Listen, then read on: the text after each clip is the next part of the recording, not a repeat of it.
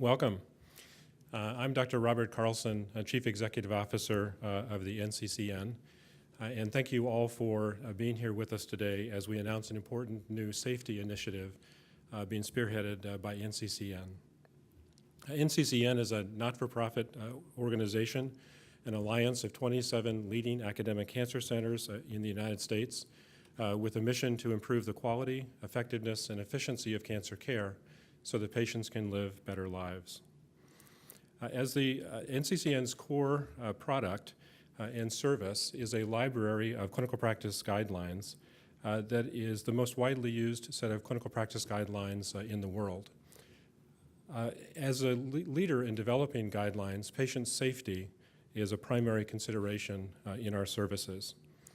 We are here to launch a campaign called Just Bag It, the NCCN Campaign for Safe Vincristine Handling. This episode or campaign is to encourage healthcare providers to adopt a policy that is specifically designed to prevent a deadly medical error. Vincristine is a chemotherapy agent that is mainly used in patients with leukemia and lymphoma, which should always be administered only intravenously or directly into a patient's vein. Most patients who receive vincristine also receive other agents that are given what is called intrathecally or into the spinal fluid to treat cancer cells that might reside there. If vincristine is inadvertently injected into the spinal fluid, it uniformly causes death. The death is associated with confusion, what we call encephalopathy, ascending paralysis, and ultimately a collapse. We are here today to talk about ways to avoid that error from happening again. This graphic shows the way that vincristine or that agents are given appropriately into the spinal fluid with a needle. And when we build, you can see that when we use syringes to administer methotrexate, for instance, which is an appropriate agent to give into the spinal fluid, it can be confused with another syringe that may be in the room at the same time, although it shouldn't be, that contains vincristine. And the mistake, fortunately, does not happen often, but if it happens once, it's too many times because it, again, is a fatal medical error. One of the ways that we can avoid this medical error is to prepare vincristine not in a syringe, but in an IV bag. If we prepare vincristine in an IV bag, it's a mechanical and physical reminder that the medication is one that is not given into the spinal fluid, because those agents are given with the use of a syringe. And it also makes it essentially impossible to actually give the vincristine intrathecally because you need pressure in order to push the agents into the spinal fluid, and you don't get adequate amounts of pressure and so forth with an IV mini bag. So this is a precaution that essentially makes it impossible to accidentally administer vincristine into the spine. And it greatly decreases the chances of inappropriate or improper administration because of the mechanisms. It's with that background that let me tell you briefly an encounter that I had a little over 11 years ago today with a young gentleman, Christopher Webidow, who was transferred to my care after a medical error where vincristine was inadvertently administered into the spinal fluid. When I first met Christopher, he was doing well. He was a delightful young gentleman, very articulate. He was funny. Even in the ICU, he had me chuckling and laughing at what he was saying. But we knew that the medical error would almost certainly lead to his death. Shortly thereafter, I met his parents, Deborah and Robin, who are with us here this evening or this morning. And had to tell them what the consequences of that medical error were likely to be. And they joined me in Christopher's room while we talked with him about what the consequences of that medical error were likely to be. At the time, I had a young son. He's now almost what the age that Christopher was at the time, and I remember thinking as I was having that discussion there, but by the grace of God, go I. And realized at that time that we needed to come up with systems to assure that this did not happen today or tomorrow or ever again. So we're proud today to report that all 27 of the NCCN member institutions have adopted policies that are consistent with our Vincristine guidelines that require that the Vincristine be drawn up or prepared only in an IV mini bag. And this policy is also consistent with that of the Institute of Safe Medication Practices, the Joint Commission that accredits hospitals, the World Health Organization, and the Oncology Nursing Society. With this campaign, we challenge every medical institution that provides cancer care to join in the campaign to just bag it. We have launched a special webpage for the campaign to provide information and to encourage medical facilities to report whether they have adopted a just bag it Vincristine policy. And you can visit this website online at www.nccn.org/justbagit. So I am honored today to welcome to the podium Christopher's parents, Robin and Deborah Webedo, who have graciously traveled from California to join us today to help promote this medical safety campaign. Thank you both for being here, and please come up.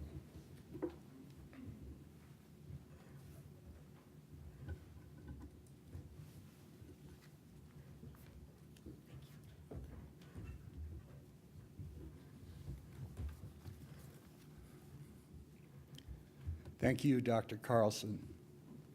As you may imagine, not a day goes by when we don't think about Christopher. We miss him every day. We are so grateful for the empathetic care that you gave him. And when we were told about this campaign, we knew we wanted to do whatever we could do to raise awareness of this error. And so no other family will lose a loved one like we did. I would like to take this opportunity to tell you guys about Christopher. Chris was a very active child. Some might say he was hyperactive. He came into this life ready to go. Of our 3 children, my wife Deborah had her shortest labor with Christopher.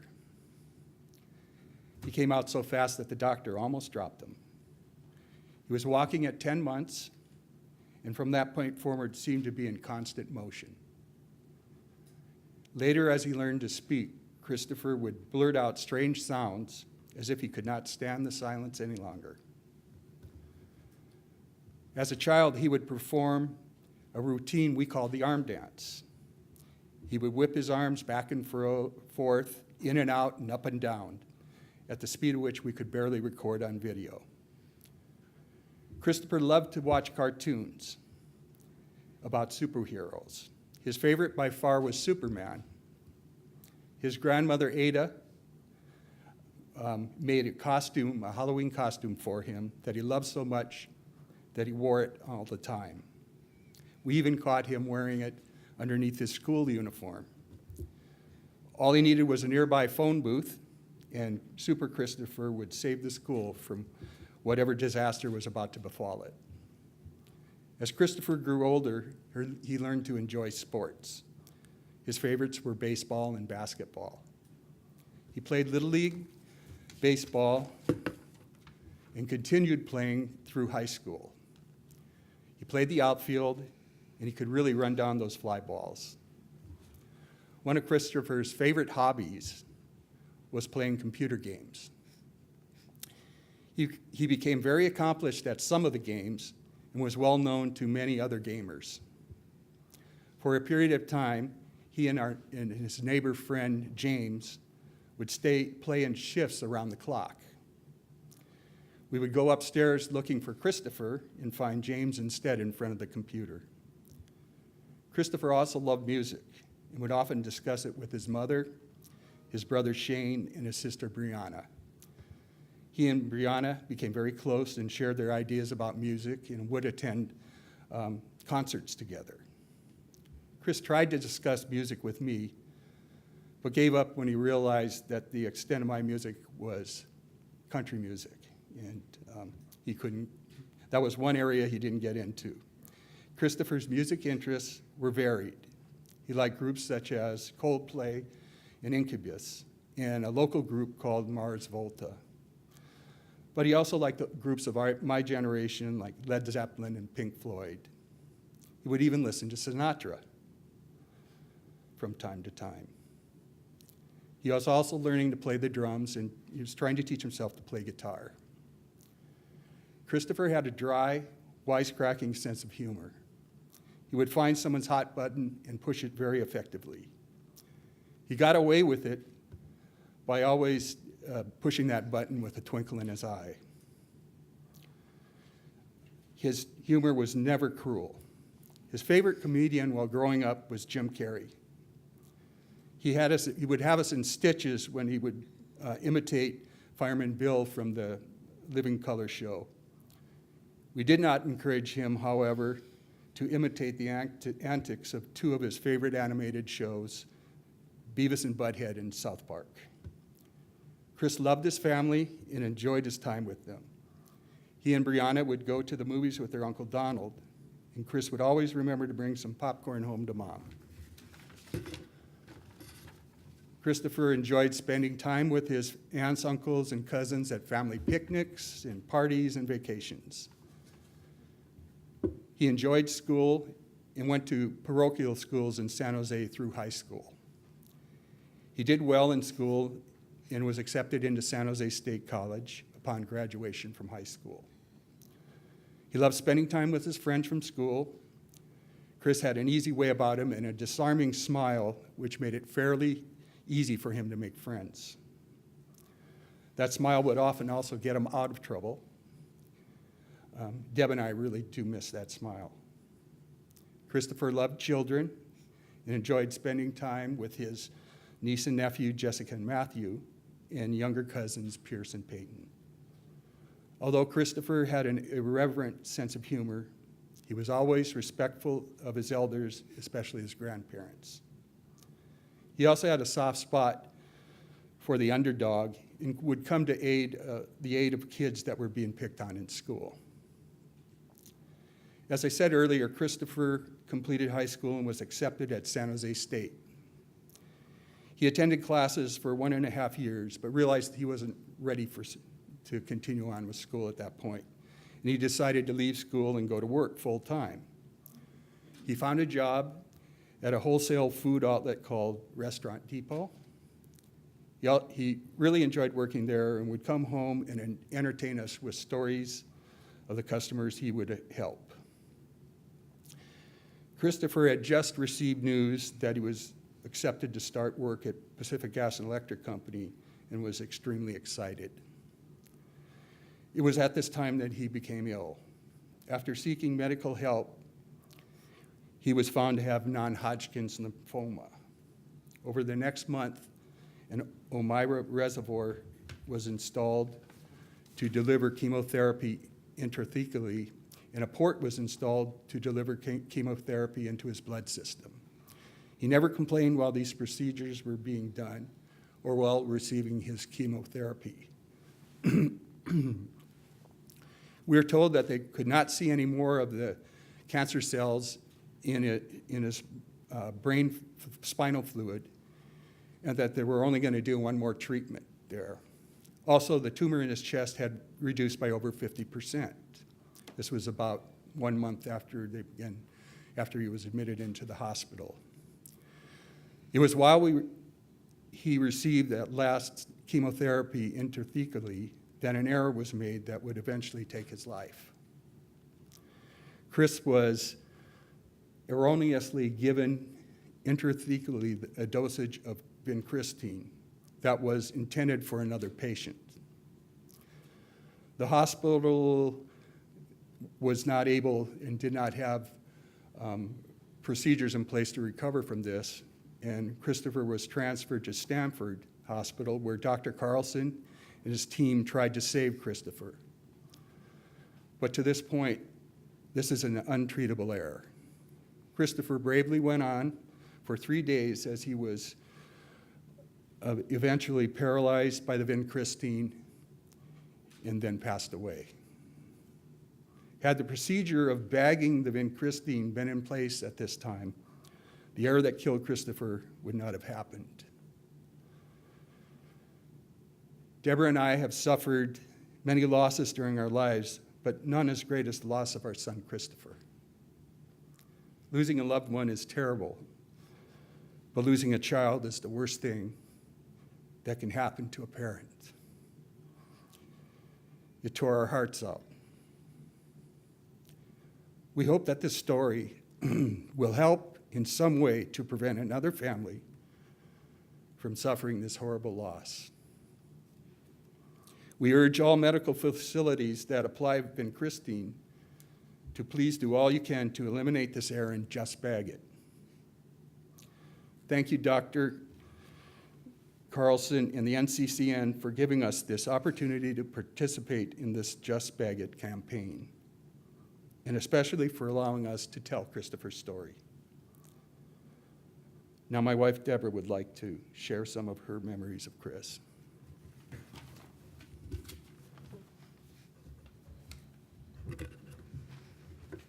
Thank you for having our family here. To be honest, I wasn't sure I'd be able to speak.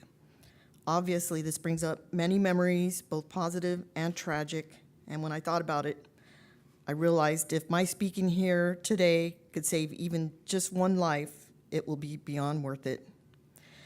There are some memories that stick with you forever, and you remember them like they were yesterday.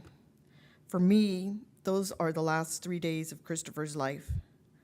We didn't know how serious Christopher's condition was until he was transferred to Stanford Hospital, and we were told that it was most likely going to be fatal. We were in total shock. Everything seemed to be moving at a rapid pace and at the same time in slow motion. It was like a bad dream that you can't wake up from. In one instant, everything changed.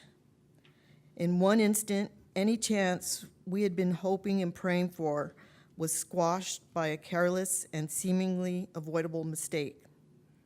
So there we were at Stanford Hospital being told news that this was irreversible. There was no turning back. The damage was done and it was final.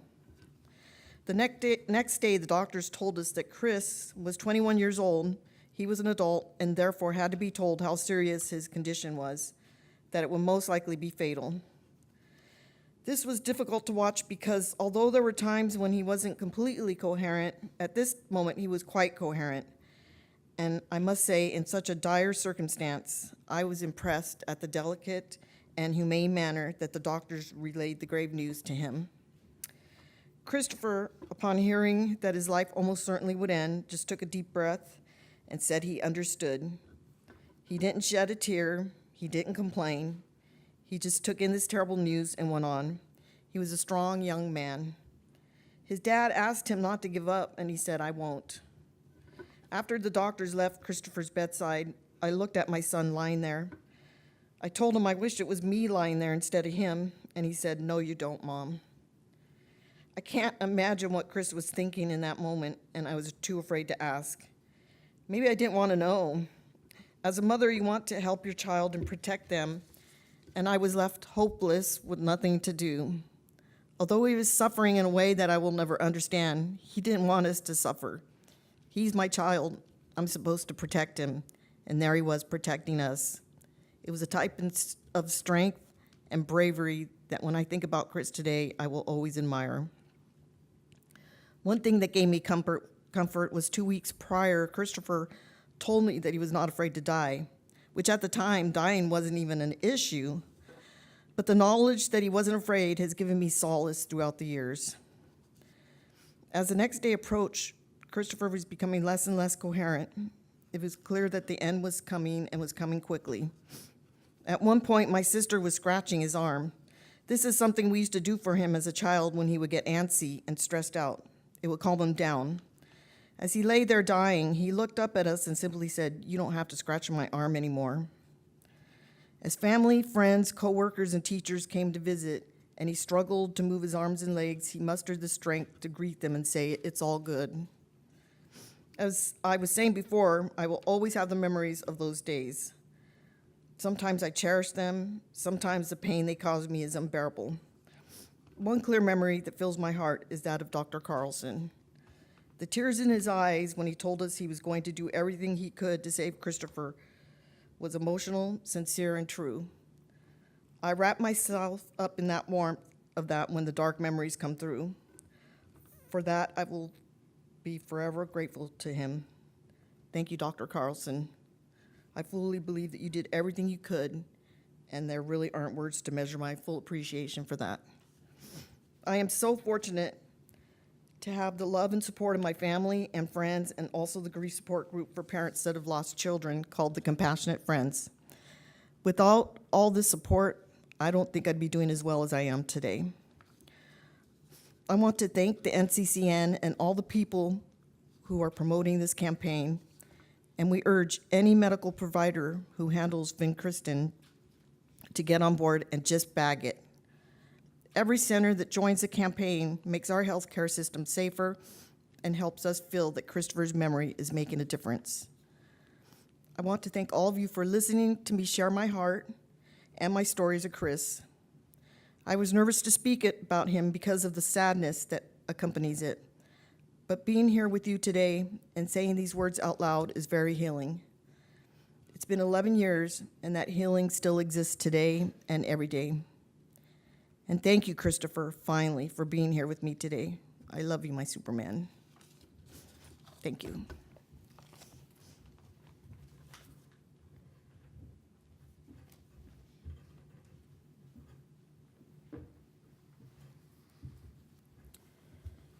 Thank you. I should have also mentioned that Brianna, Christopher's sister, is here with us today as well. So I think it's really important that we realize that these avoidable medical errors are not a statistic. I mean, they are a statistic, but that's not really what's important about them. What's important about them is that they impact people, and impact people in a very strong and negative way. And I think we've just heard how impactful this error was to the Webeto family. I can also tell you that it was impactful to the healthcare team that took care of Christopher as well. It was frustrating, it was devastating to know that this was happening because of an error that could have been easily prevented. The next speaker will be Dr. Mark Stewart. Dr. Stewart is the medical director of the Seattle Cancer Care Alliance and a member of the Fred Hutchinson Cancer Center Research Center. He's also professor of medicine at the University of Washington, and he is here in his role as co-chair of the NCCN Best Practices Committee. Dr. Stewart.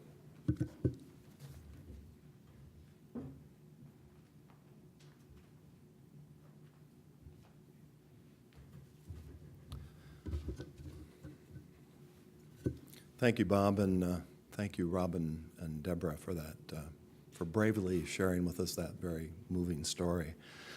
We, of course, want to express our condolences for the loss of Christopher a number of years ago, and hopefully this effort will make a difference for many patients in the future. So, as Bob mentioned, I am the co-chair of the NCCN Best Practices Committee and have been since 2013. For over 15 years, the Best Practices Committee has worked to improve the effectiveness and efficiency of cancer center operations throughout the country. Part of this involves ensuring that the highest standards of safety for patients for developing guidelines to improve cancer treatment protocols is again realized at all of our centers. So the Just Bag It program is the latest in NCCN's longstanding efforts to improve the safe use of drugs and biologics in cancer care. I should mention that in 2008, the Best Practices Committee led the charge for NCCN to begin publishing chemotherapy order templates.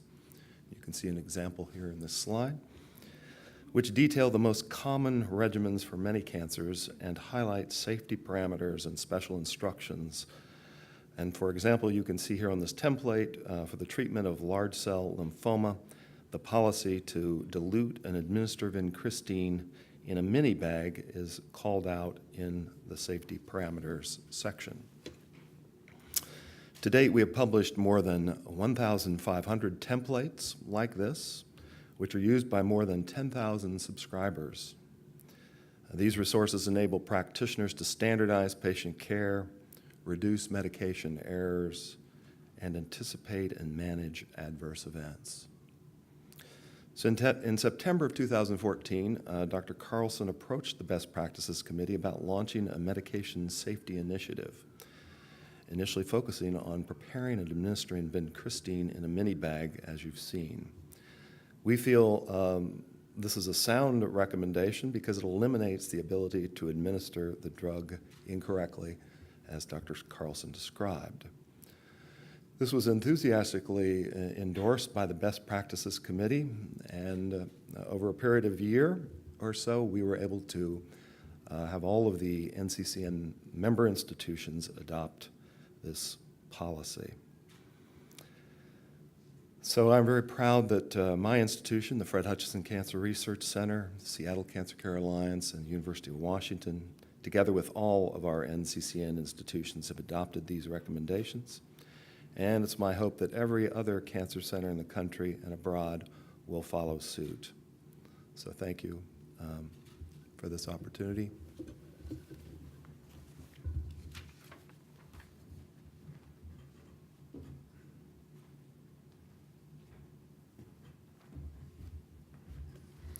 And our next speaker is Dr. Michael Cohen. Dr. Cohen is the president of the Institute for Safe Medication Practice. Dr. Cohen.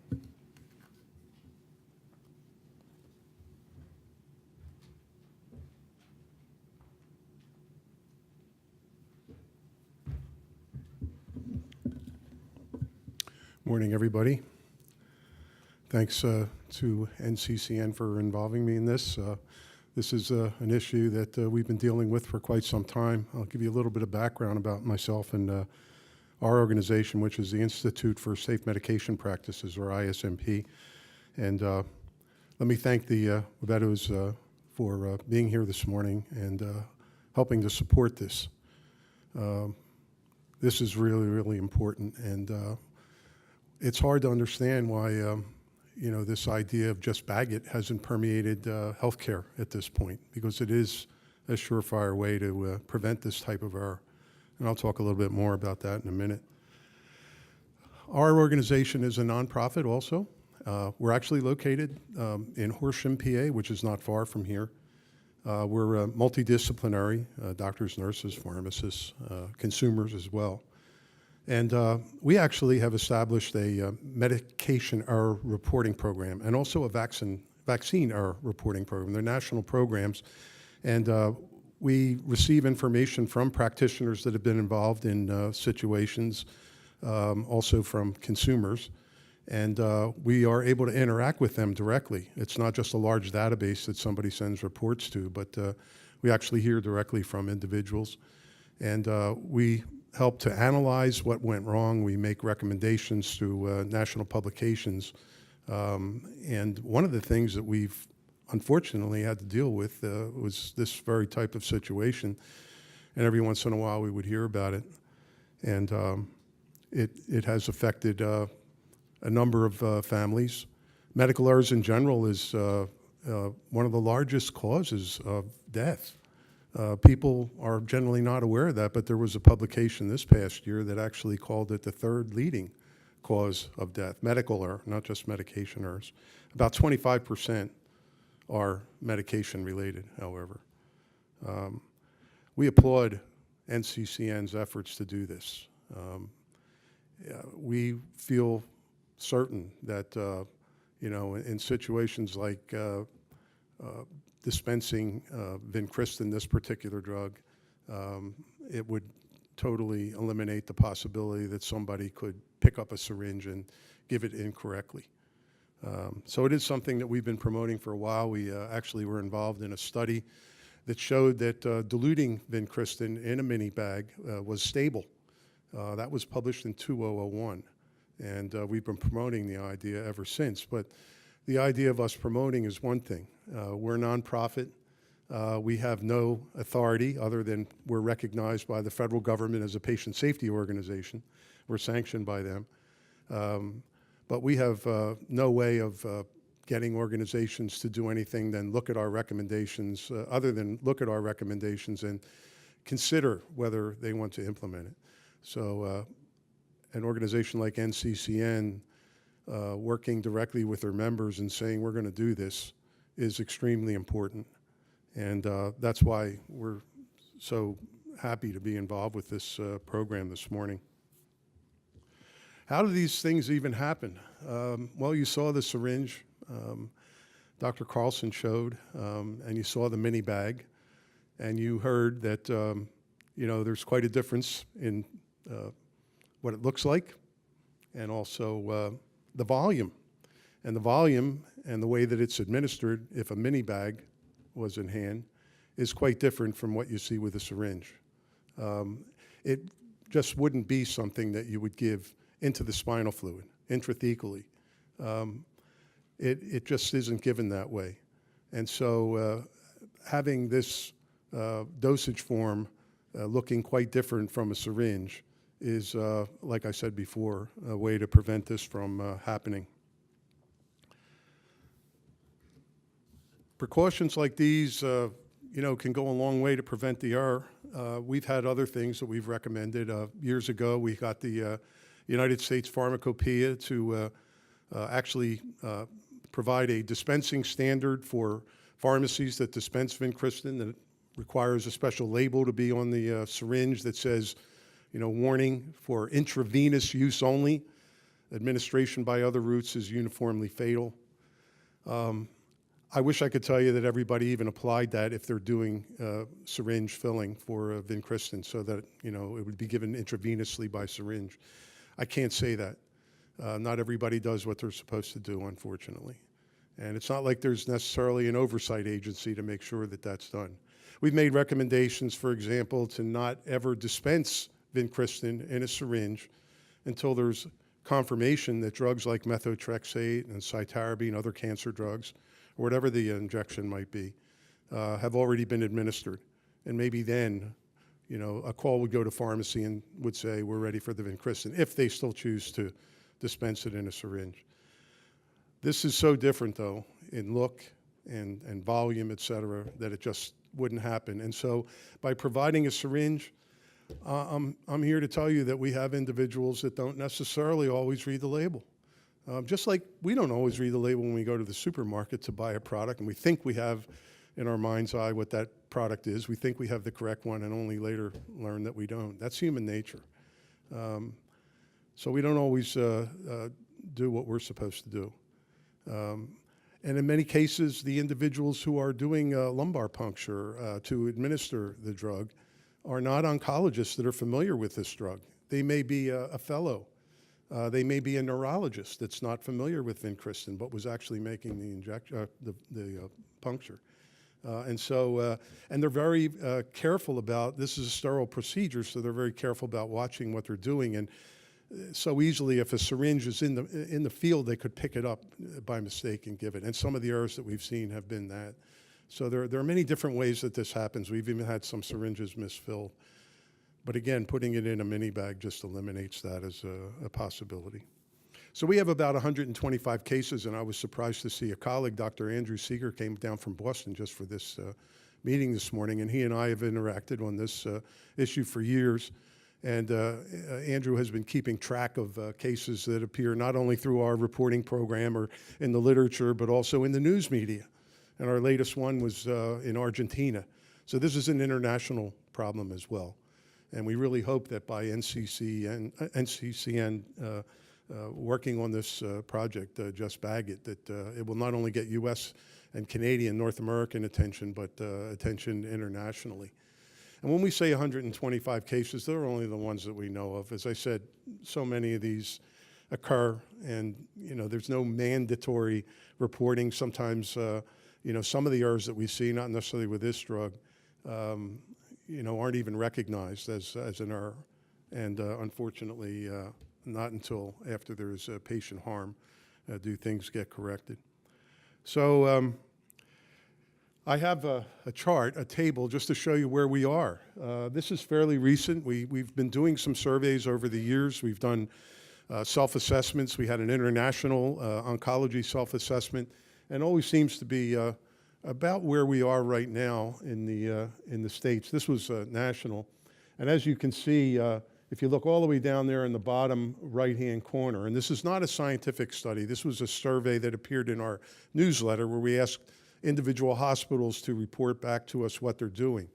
We're only at about 50% that have totally implemented bagging this drug in their inpatient area and outpatient cancer centers that they might have.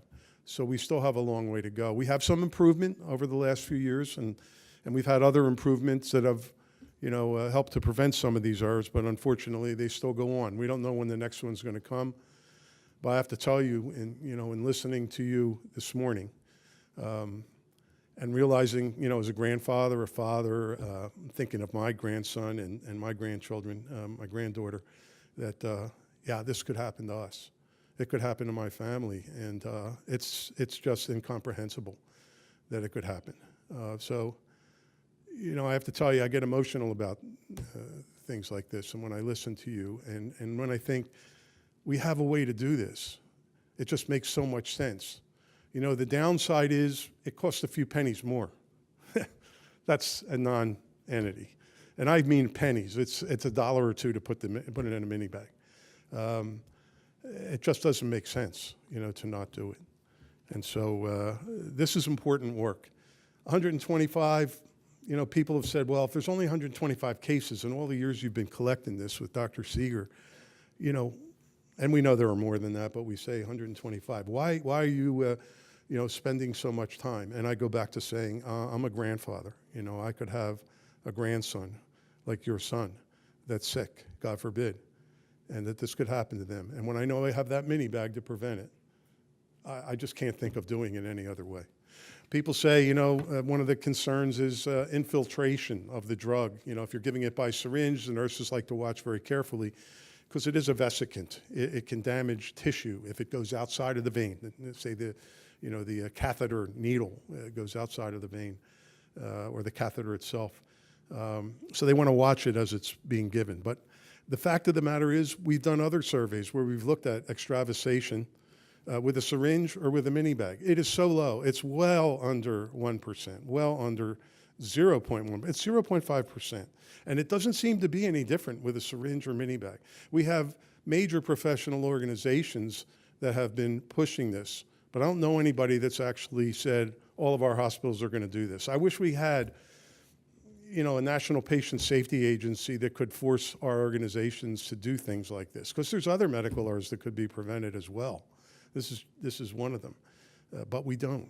And I don't understand, why not, in all the years I've been working with this, why that isn't the case, but that is the case even today. Some other countries have done it, like in the UK, they had the National Patient Safety Agency there, and it was done, but not here. So anyway, in finishing up,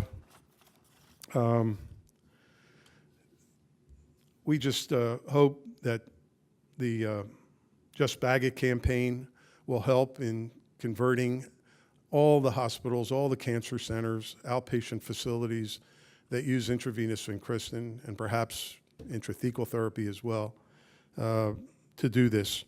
And I think it needs to be taken care of not just in North America, but also globally. So thank you very much.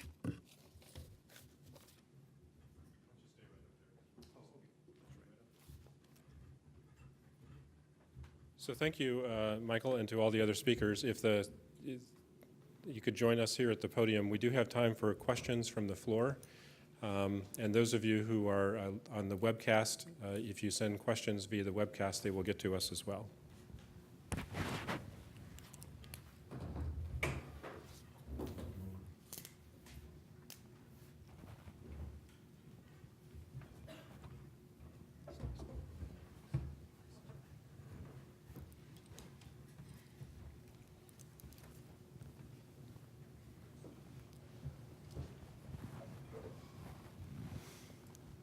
So the question is, could you clarify that you actually introduced the policy to dilute and administer vincristine in an IV drip bag in 2008? If so, was the purpose of this new campaign simply to raise awareness to make sure they implement it into practice? So let me field that one, I think. So the NCCN recommendation to do that, we are initiating our campaign now. There are other organizations who have initiated this recommendation prior to us. Michael, when did your organization first? We did the study in the late 90s, but it wasn't something that we really started pushing for until 2001. Instead, we were pushing the syringe labeling and not delivering the syringe into the same area where intrathecal or intraspinal injections were given, and that just wasn't strong enough. Yeah, and the WHO, I believe, made the same recommendation in about 2008, maybe, sometime in that, 2007. someplace in that time frame. And then the Oncology Nursing Society recommendations in their current version that have not yet, to my knowledge, been fully published are now recommending this same change. So it's really been a process over time. And I think that some of the delay has happened because it makes so much sense that most of us thought it would happen by itself, and it hasn't. And because it hasn't happened by itself, we're starting to push a little bit harder. And the NCCN, as the arbiter of quality cancer care in the United States, has a pretty loud voice in that effort. And so we're adding our voice and our strength to that effort. Yeah, hi. Eric Rosenthal, MedPage today. Just a point of clarification. Mark, you said that NCCN has 1,500 chemotherapy order templates. Some of the literature says 1,250. Which is it? 1,500 is the correct. Thank you. It's a moving target. They're increasing in number all the time, so 1,500 is a more accurate number.